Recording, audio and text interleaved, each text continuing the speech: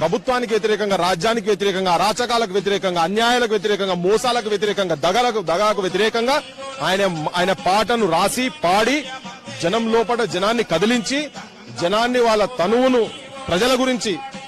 చనిపోయేటట్టుగా బాంబులుగా తయారు చేసినటువంటి వ్యక్తి ఆయనే.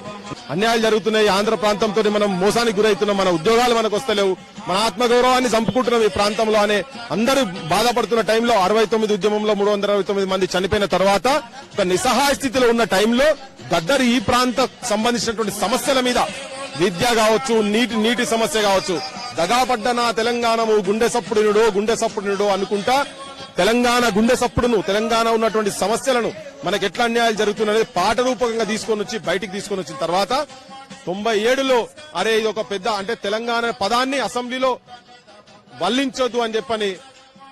నిర్బంధం పెట్టినటువంటి చంద్రబాబు నాయుడు, మాధవరెడ్డి వీళ్ళు కలిసి ఇతని మీద తూటాలు పెట్టిండ్రు. 6 గుండ్లు పడ్డ తర్వాత కూడా ఒక గుండు అట్లే పెట్టి కూడా 25 సంవత్సరాలు తిరిగిండు. ఏదో ఒక రోజు 2 రోజులు కాదు, 25 సంవత్సరాలు ఎక్కడ కూడా ఆయన గలాన్ని ఎక్కడ ఆపకుండా ఆయన కానీ కొంగు నడుముకు చుట్టవే చెల్లెమ్మ, కొడవన్లు చేపట్టవే చెల్లెమ్మ,